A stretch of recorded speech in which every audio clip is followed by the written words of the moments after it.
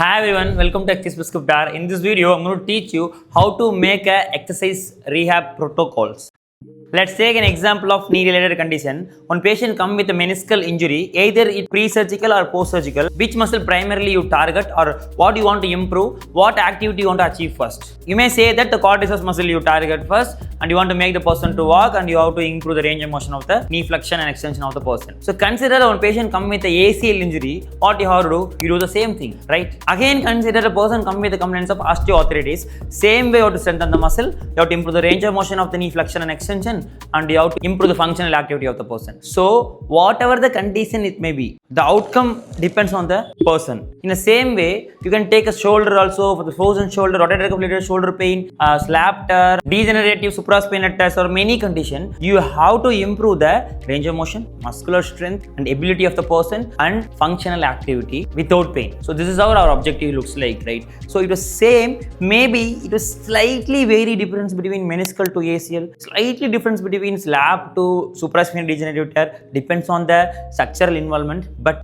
the way you have to travel is same and it depends on the person who attached to it. So rehabilitation is very simple. It's not about the condition, it's all about the person who attached to it and what the person what the person need. Come out of the protocol based mindset and start doing person-based rehab protocol. Consider two persons come with the same problem. They have a meniscal injury. Person A may have a fear. Person B doesn't have fear. Person A have a high pain intensity. Person B doesn't have a high pain intensity. Good physical activity status, low physical activity status. The person want to return to sports. The person doesn't want to return to sports and want to get back to functional activity and functional routine. The person have a poor financial ability. Person have a high financial ability for the treatment funding. Like past experience of the pain, family history, personal history, and psychosocial factor, so many things influence the person, not the condition. Condition was the same for the both individuals. So how can we expect the same rehab protocol for everyone? This doesn't seem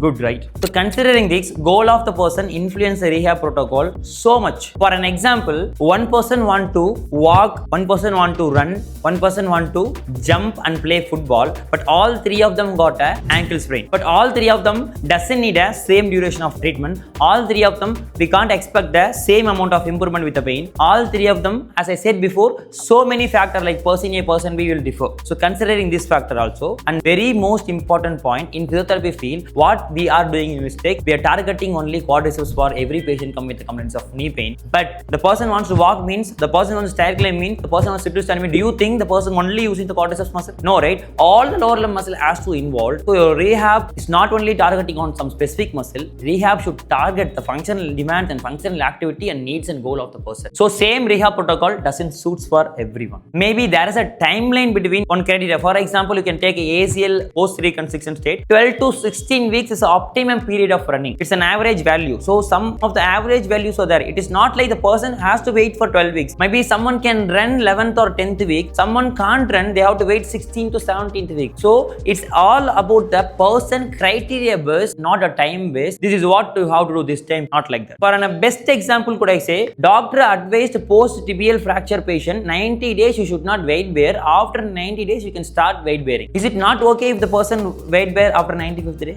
Is it okay if the person weight bear at the 85th day? It's okay, right? So plus or minus always will be there. If someone asks what is the average heart rate, we used to say 72 beats per minute. But if I check heart rate for everyone, it will not be the 72 beats per minute at the rest. The person who is so fit, their heart rate will be lesser. The person is unfit, their heart rate will be more. The person age is more, the person heart rate will be more. The person age is less, the heart rate will be less. So again, as I said, these are all the factors influence the rehabilitation of each individual, and it's all about the individual specific in nature. So create your rehab protocol based on the individual, not for the condition. Okay. So next video in part 2, I'll come and explain how individual specific rehab protocol looks like. What are the criteria you have to look into it. If you want me to upload this video, drop a comment. And if you have any doubts in this video also, you can drop a comment. So finally, it's not about the pain, it's not about the condition, it's all about the person who attached to it. Happy learning.